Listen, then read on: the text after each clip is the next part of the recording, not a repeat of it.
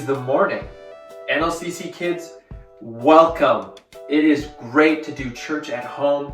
My name is Spencer, but I'm going to need you to shout out your name because it's fun. So shout it out, shout it out. I think I heard Pastor Joy. Today, we're going to be talking about humility. What is it like to be humbled? There was this one time I was playing soccer. Wasn't in a field. I was in my parents' basement and I was playing against my brother. I was a goalie and attacker and he was a goalie and attacker. My net, the stairs. His net, the couch. And it was an epic battle until the ball hit the light, smashed, and glass all over the ground. So then, you know what happened? My dad paid for all the fixes. That was pretty humbling. It's humbling when your mom takes the whole day off of work just to spend it with you. It's humbling when your brother lets you pick the movie for the family film night. It's humbling when you step outside and see a massive tree. Wow, God created this planet and he was mindful of you when he did it. That's humbling. Being humbled makes us feel grateful. And when someone puts us first, it can totally make our day. And we can totally make other people's day by putting others first. And there's many ways we can do this. We can clear the dishes. We can tie another person's shoe. We can give money to a family that's in need. There's so many ways we can put others first. When we live in humility, we bring praise to God. It's a way for others to see God at work in you and in us. And it's amazing. It's a way for us to live out loud. And with that, I'm gonna need all of us, we gotta stand up. We gotta stand up. And then I'm gonna say, we gotta let the dancers do their thing.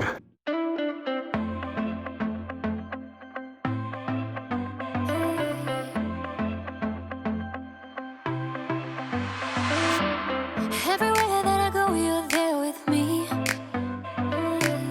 Even in the night when I cannot see, I know you're by my side and I will be just fine. Oh God, you're always good to me. I wanna say thank you, I will live my life to praise you, and lift you high. Every night and day, I'll follow in your ways. I wanna say thank you, I wanna say thank you, God. Every breath that I take, you give to me. Every brand new day is a blessing. I know you're by my side and I will be just fine. Oh God, you're always good to me. I wanna say thank you, I will live my life to praise you, and lift you high. Every night and day, I'll follow in your ways. I wanna say thank you, I wanna say thank you, God. I wanna say thank you for mercy and kindness, for grace that is endless, love and forgiveness. I wanna say thank you for mercy and kindness, for grace that is endless, love and forgiveness. I wanna say thank you, I will live my life to praise you, and lift you high. Every night and day, I'll follow in your ways. I wanna say thank you, I wanna say thank you, God. I wanna say thank you, God. I wanna say thank you, God.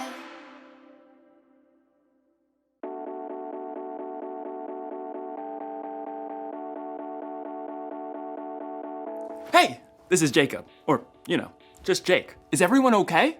There was like an earthquake or something in my room. I didn't feel it when I was outside my room, but then when I came in the room, everything was turned upside down.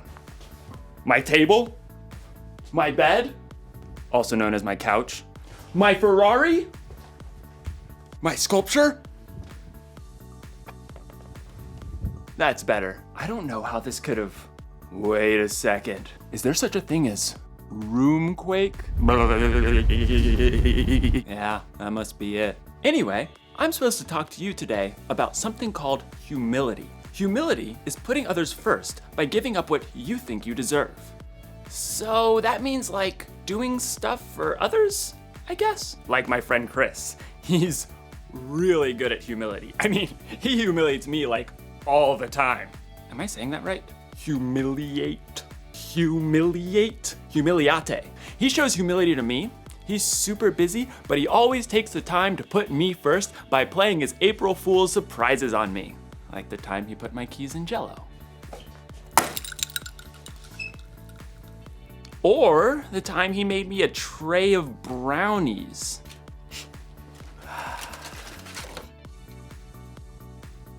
Brownies. And who can forget the old unscrew the top off the salt surprise? Chris is a funny guy. Hey, you know what I think? And this is just between you and me. Chris is the one who turned all my stuff upside down. It wasn't a roomquake after all. This must have taken a really long time. I mean, he turned all my stuff upside down. I do need to call my mom. This must have taken a lot of work. I'm not sure that it's fair that Chris keeps playing all these April Fool's month surprises on me, and I haven't even got him once. I don't deserve this. What I deserve is to get him back. Was that my toaster? The story today is about Jesus when he prayed in the garden while his friends couldn't even stay awake to keep watch. Jesus didn't deserve that.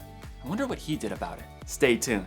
I'm gonna come up with a way to turn the tables on Chris. Chris is gonna notice when he goes in his room the tables aren't the way he remembered them. I'm gonna get the revenge I deserve. I'm gonna get the revenge I deserve, is what I'm trying to say. Yeah, okay.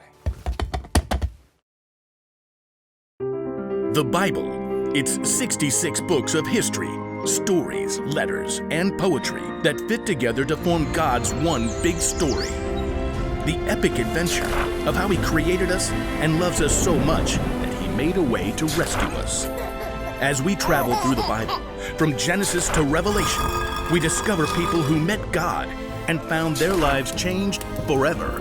And now for an amazing story, inspired by the book of Matthew, chapter 26, verses 36 through 56. For months, the Jewish religious leaders had been plotting to silence Jesus. He called us pretenders, snakes!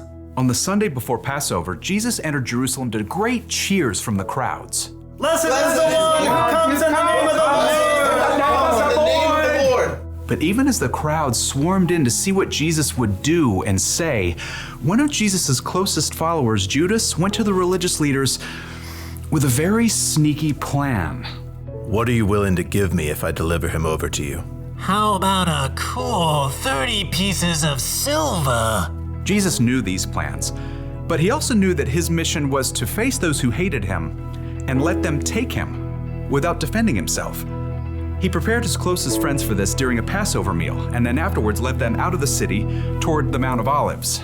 Judas had already left them. In a little while, you will no longer see me.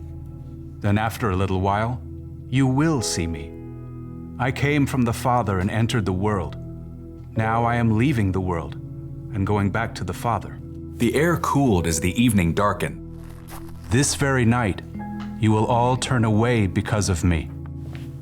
Peter, the most outspoken of Jesus' friends, quickened his step and tightened his hand on the sword he was carrying. All the others may turn away because of you, but I never will. What I'm about to tell you is true. It will happen tonight. Before the rooster crows, you will say 3 times that you don't know me. I may have to die with you, but I will never say I don't know you. Me too. Same. By the time Jesus and his friends reached the Garden of Gethsemane, they were exhausted. Sit here while I go over there and pray. As the other disciples settled in on the cold, rough ground, Jesus took Peter, James, and John along with him to a grove of ancient olive trees. The weight of what was coming pressed down on him. My soul is very sad. I feel close to death. Stay here. Keep watch with me. We're here for you. We got this. Prayers. The three friends found seats among the knotted tree roots, and Jesus went on a little further. Then suddenly, he fell down on the ground, face first into the dirt. Words poured out from deep inside. My Father, if it is possible, take this cup of suffering away from me. But let what you want be done, not what I want. After a short time, Jesus returned to his friends. They had all fallen into restless sleep. Jesus touched Peter's arm.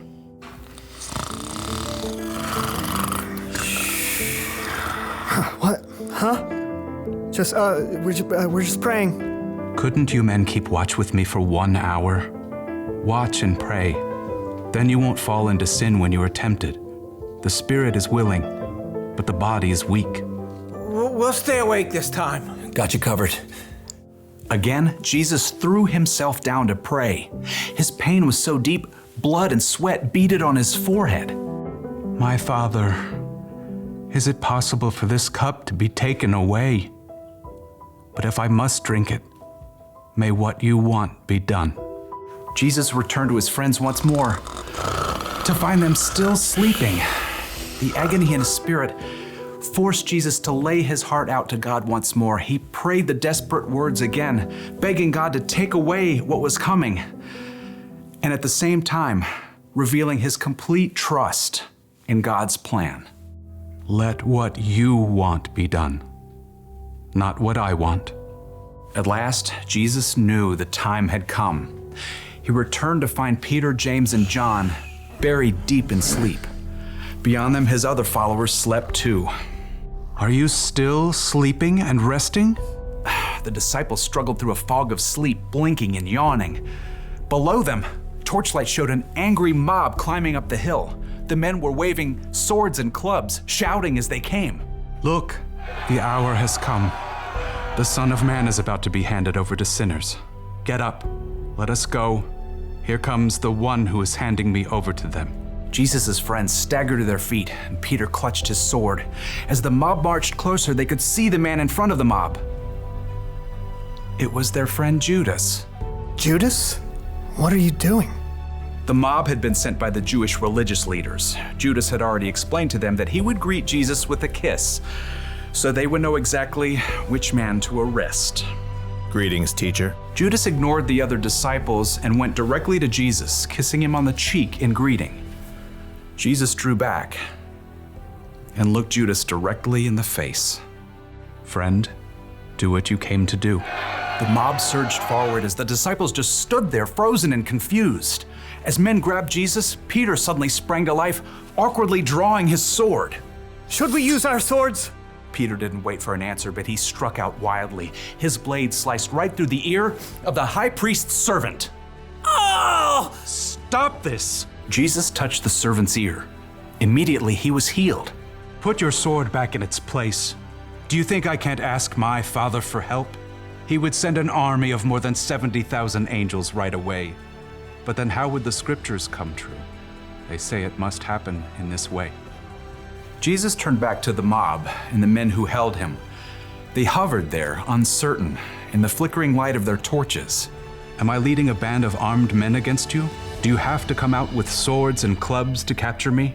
Every day I sat in the temple courtyard teaching, and you didn't arrest me. But all this has happened so that the words of the prophets would come true. No one could respond to Jesus. Instead, they arrested him and led him away. And his friends who said they'd be with him through anything ran away. Jesus made the choice that would bring life to everyone, but that would cost him everything.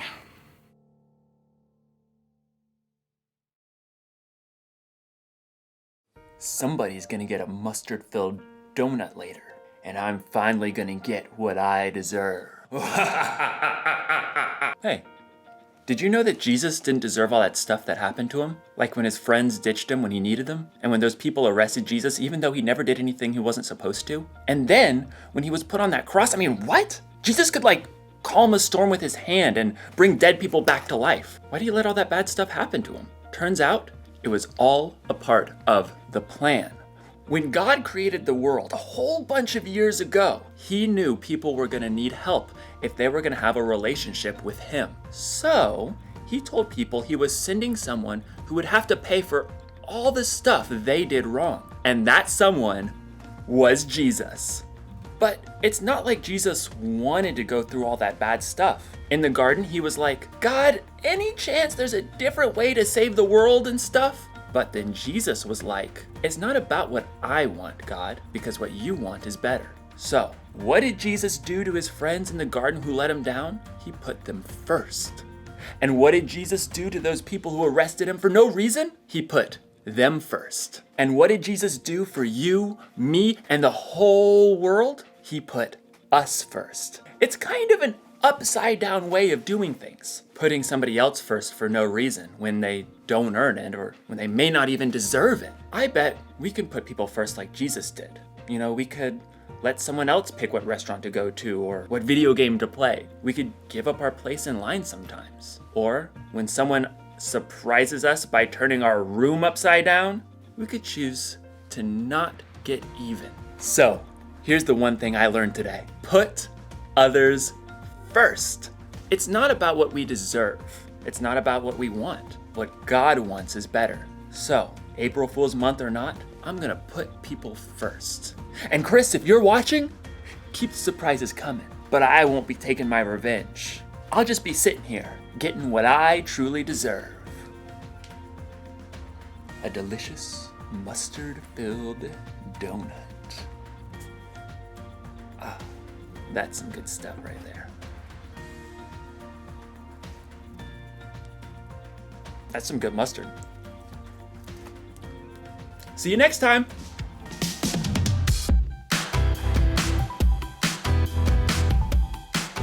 Hey, thanks for being a part of NLCC Kids, Church from Home. That's so awesome. Put others first, hey? I know what I could do. I could clean the bathroom for Michelle. Yeah, that's what I'm gonna do. I'm gonna give you 10 seconds to think about something you could do. One sec.